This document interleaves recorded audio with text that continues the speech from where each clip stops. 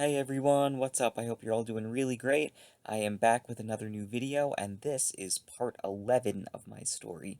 Alright, so we are now into the second half, so let's get right into it. So, in yesterday's part, I started talking about my journey to heal and to grow from the anxiety and depression that I had experienced, and I also started talking about how I started to find my place in the world and my journey to do that. So, in this part, to kick off the second half of the series, I'm going to start to talk a little bit about where that led me, how that got me to where I am today, and how I was able to find my path forward from where I was back then up until where I am now and beyond. So, I was talking yesterday about how when I learned to love myself fully and completely, and when I made a commitment to myself to love myself no matter what, I realized that I would be able to do that no matter what life throws at me. I would be able to hold on to my sense of self. And with that sense, with that revelation, I knew that I wanted to be able to use my life to help others gain that same sense of self love and those same feelings of, just a love of life.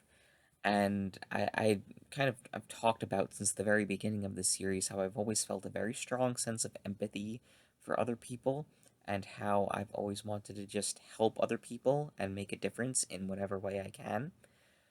And I knew that I just wanted to spend my life doing that however I possibly could. So now, I was getting on towards the end of college at this point. Remember, this was about 3 years ago, so I was about halfway through college, entering my junior year. So I needed to start really figuring out what I was going to do with my life to that effect, so that I could continue to do that to help others that way. I've talked a little bit about how I'd started up the Be the Change Club at my high school and then at my college, which is a club all about helping people find a place where they can make friends and just be themselves, and encouraging people to spread kindness and empathy around the school.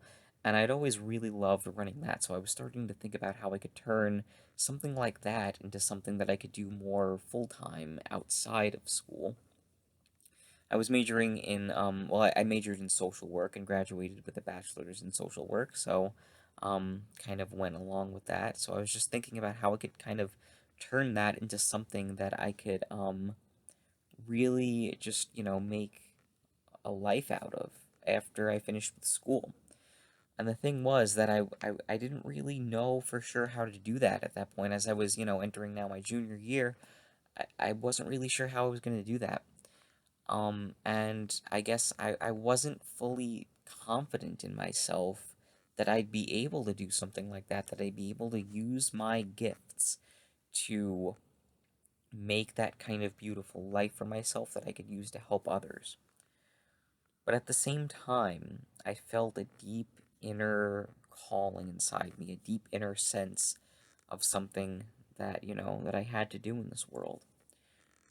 And I chose to try to listen to that and try to follow that as best I could, even when the voices in my head were trying to discourage me from doing that, trying to make me think, more rationally, or to do something that's just, more like something that everyone else is doing, things like that. No, I tried to stay with that feeling inside and listen to that feeling and follow that feeling. And when I did that, that is really how the Best Feeling Ever movement was born.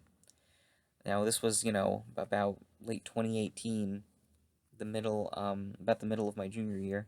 Now, in terms of how Best Feeling Ever was born, I'd always kind of just had it in the back of my mind to start something up like that, kind of, as I was running Be the Change Club in high school and then in my early years of college. I knew I wanted to find a way to keep that same kind of thing going and to spread it more widely.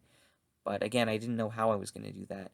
But when I was able to find the idea for Best Feeling Ever, the best feeling ever movement, when I was able to come up with that, it just kind of made everything inside me click. And then I got a feeling that that was to be my path forward in some sense.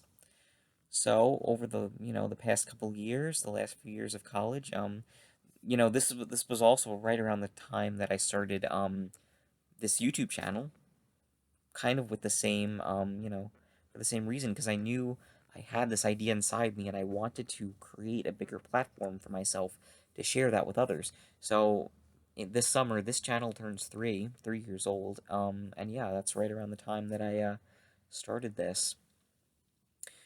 So, I knew that I wanted to commit myself to the best feeling ever movement and to making that something that I could use to help others in some really cool, really exciting, really innovative ways. And those of you who have stayed with this channel, you've kind of, you've seen how that's grown so far over the past couple years. And yeah. In the next few parts of the series, I'm going to talk more about how that continued to grow, but that's kind of how it started, with me saying yes to my inner experience, my inner ideas. Alright, well, I'm going to wrap it up here. Thanks so much for watching. Stay tuned for lots more. Don't forget to like, favorite, comment, and subscribe, and I'll see you in the next video very shortly. Thanks so much, everyone. Have a beautiful day. See you soon. Bye.